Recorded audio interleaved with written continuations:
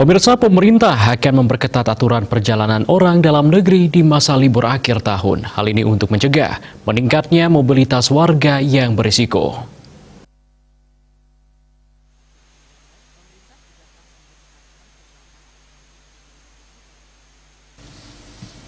Juru bicara Satuan Tugas Penanganan COVID-19 Profesor Wiku Adhisa Smito mengatakan pembatasan pergerakan masyarakat dari satu tempat ke tempat lain nantinya penyesuaian syarat bepergian akan diatur dalam surat edaran Satgas maupun Kementerian Perhubungan terbaru. Wiku menjelaskan pemberlakuan aturan perjalanan yang baru ditujukan untuk menjamin orang yang bepergian dalam keadaan sehat dan terlindungi dari risiko penularan virus corona. Menurutnya, aturan perjalanan yang baru juga akan mencakup upaya mencegah persebaran kasus COVID-19 antar wilayah.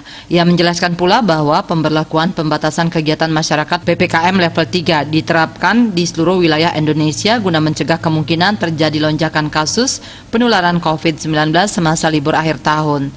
Selain itu, ia melanjutkan pemerintah akan mengintensifkan pengawasan penerapan protokol kesehatan di fasilitas publik.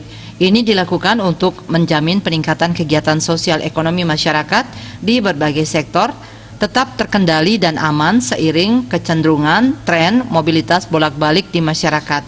Dia mengemukakan pengawasan penerapan kebijakan pengendalian COVID-19 akan dilakukan hingga ke tingkat komunitas. Menurutnya, pemerintah sangat berharap masyarakat dapat menjalankan peraturan ini dengan penuh tanggung jawab, karena pada prinsipnya upaya ini untuk semuanya untuk mencegah penularan kasus selama periode Natal dan Tahun Baru. Dalam upaya menekan mobilitas warga selama libur akhir tahun, pemerintah juga sudah menghapus cuti bersama menjelang hari Natal dan Tahun Baru, serta melarang aparatur sipil negara serta aparat TNI dan Polri cuti pada akhir tahun. Bali Post melaporkan.